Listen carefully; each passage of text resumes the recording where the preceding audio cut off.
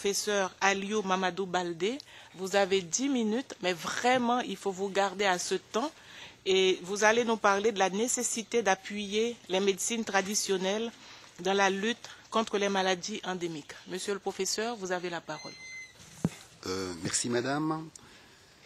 Excellence, monsieur le président du comité des ambassadeurs du groupe des États d'Afrique, des Caraïbes et du Pacifique. Excellence, monsieur le secrétaire général du comité des ACP. Excellence, mesdames et messieurs les ambassadeurs, mesdames et messieurs les invités.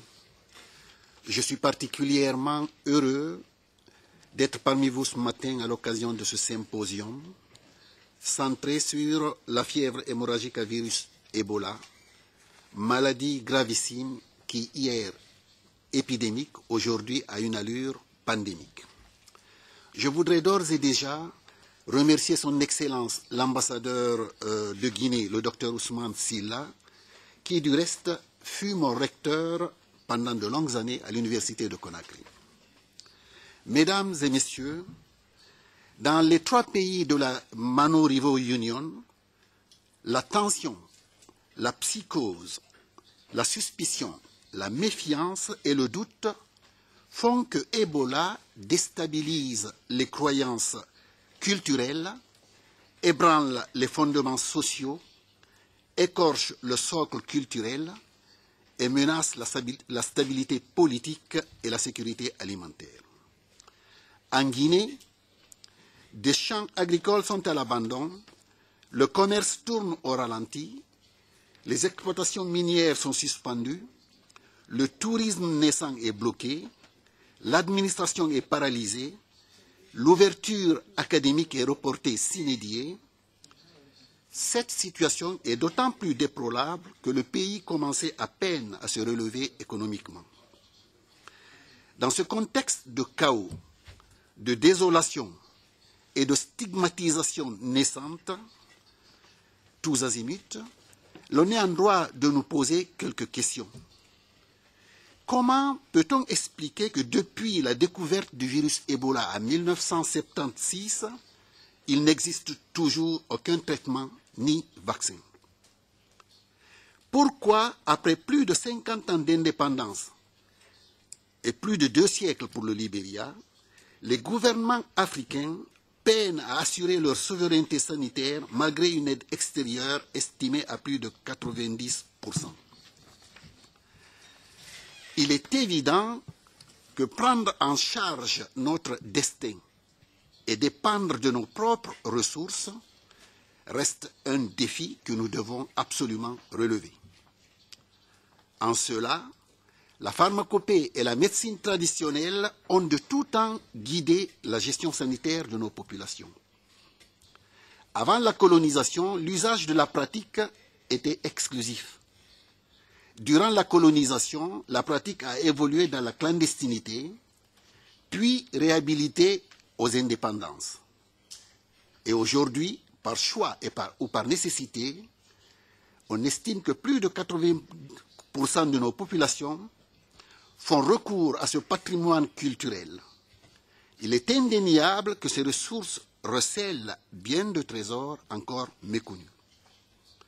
Mesdames et messieurs, à l'échelle mondiale, les chercheurs sont en train de se mobiliser contre le virus Ebola, comme ils l'ont fait dans le temps avec succès avec le VIH-Sida. Aujourd'hui, bien de produits sont en étude et semblent prometteurs, voire même en cours de développement. Des thérapies expérimentales en provenance du Japon, du Canada, des États-Unis, de la Corée du Sud, de la Chine, de la Russie, sont proposées, mais non encore testées à suffisance sur base d'essais cliniques.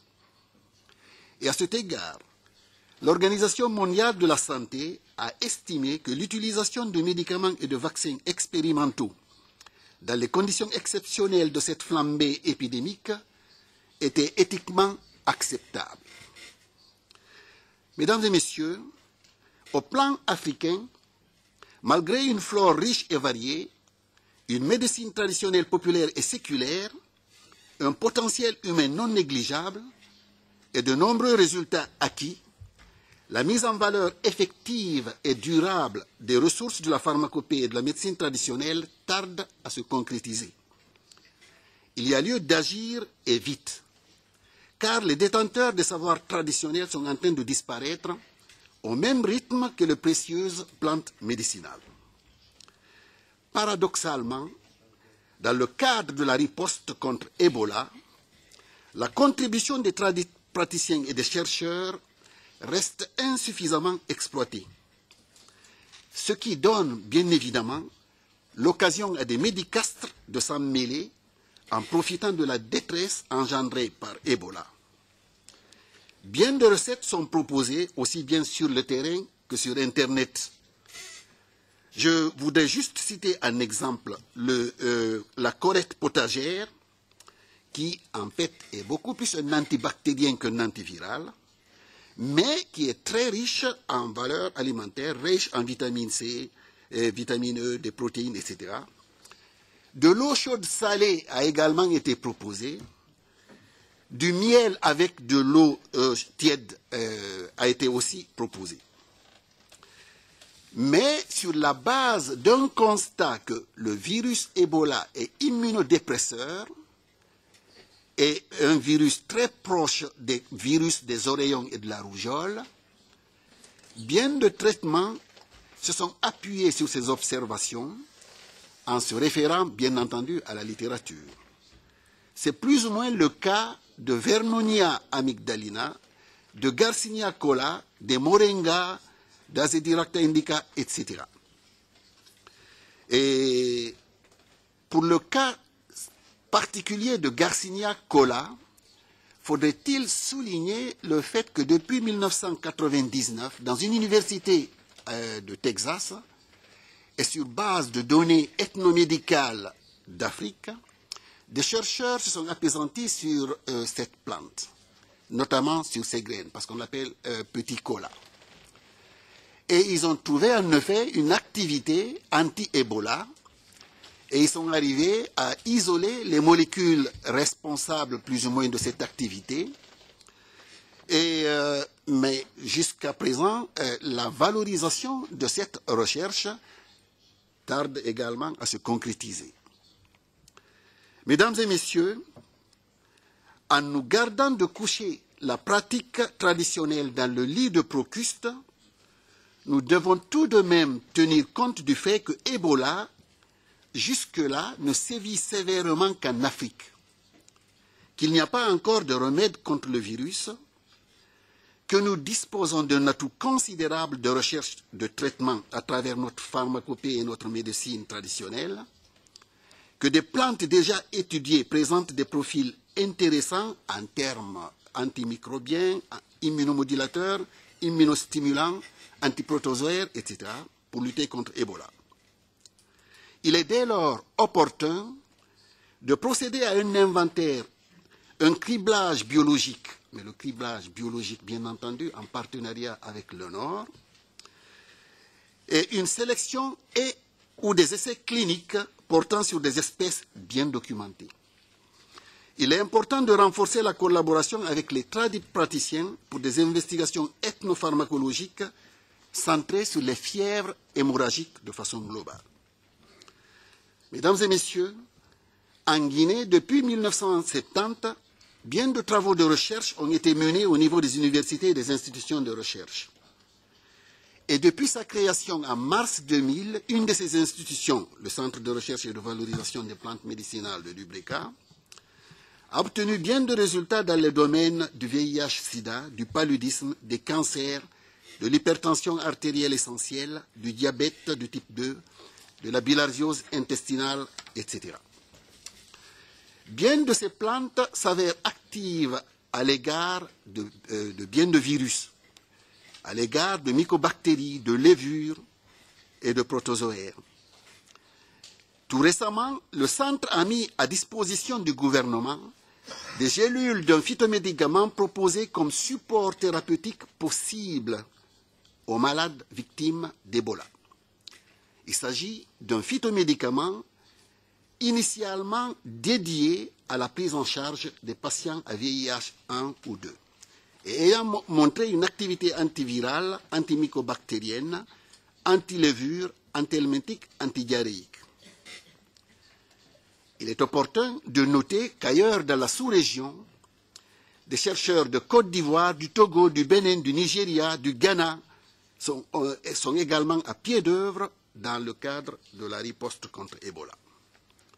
Excellences, Mesdames et Messieurs les ambassadeurs, dans nos pays, faire face à des catastrophes du genre Ebola nécessite à juste titre la solidarité internationale, mais aussi un changement profond du fonctionnement actuel des services de santé, trop exclusivement ancré sur un système moderne sans disposer de tous les moyens requis, trop exclusivement axé sur des soins curatifs nécessaires mais non suffisants. Des milliers de tradipraticiens représentent un savoir collectif indispensable, un potentiel remarquable, une assise sociale incontestable au service de la santé des populations. De par leur proximité avec les communautés, ils sont des intervenants de premier plan et en tant que tels, doivent être pleinement impliqués dans la planification et la mise en œuvre des actions de promotion de la santé. Ebola nous déstabilise dans nos coutumes, comme le faisait remarquer certaines excellences tout à l'heure. Il est difficile pour un villageois de voir des soldats en scaphandre. On n'est pas habitué à cela. Et puis, vous dissociez de votre malade alors que dans la culture africaine, la présence d'un proche représente un médicament très important.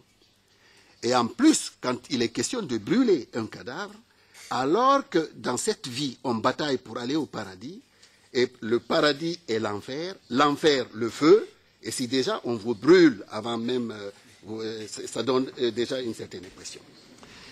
Ce qui fait que, en fait, dans cette riposte, il faut nécessairement associer les autochtones. Il faut nécessairement tenir compte des anthropologues.